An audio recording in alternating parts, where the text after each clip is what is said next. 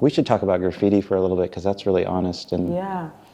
Should we? No, let's not. A friend and I started like writing on things in like 83 or 84. We just started.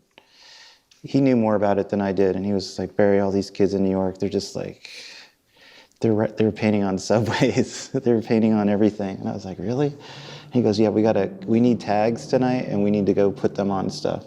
I was like, let's go do it. And I came up with some stupid tags. Some of them I still have today. He had a stupid tag also and we just go write on mailboxes, and we'd write on everything actually. We tag on everything. It's an amazing network of people because the people you come to love, you know nothing about them, but you see them everywhere. So it's like this perfect. And then when you do meet them, it's a letdown.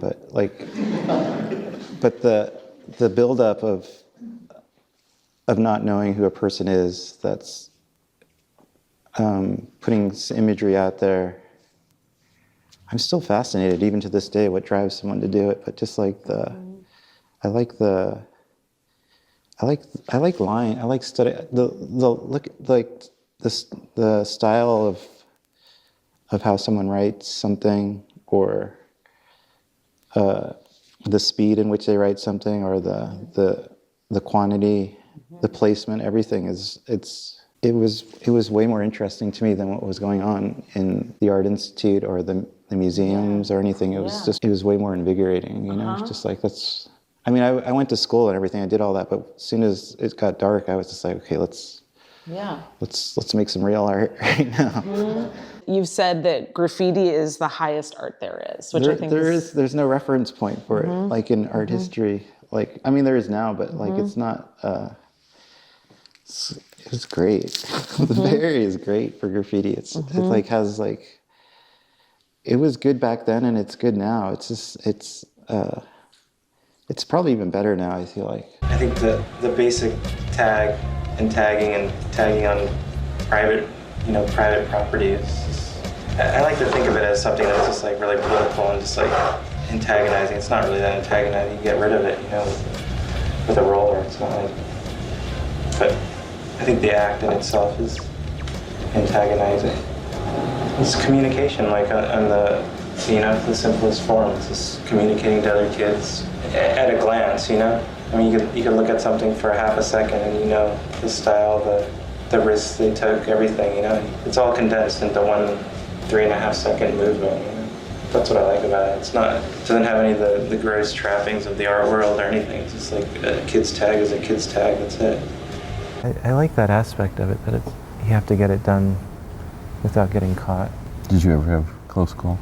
I've been caught so many times. Really? Yeah. So what happened?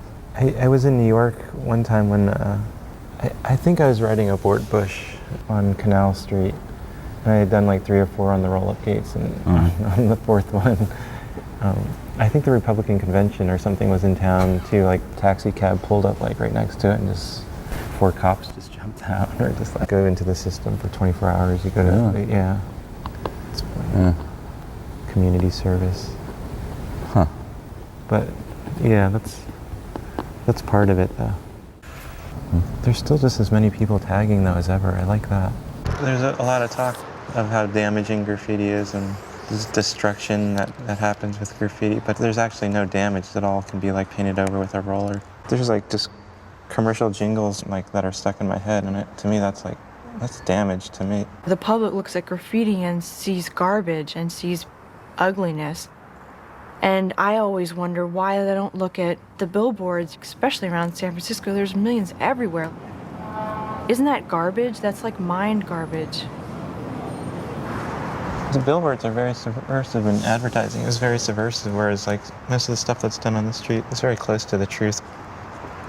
It's like the highest art there is. I've done graffiti for a hell of a long time.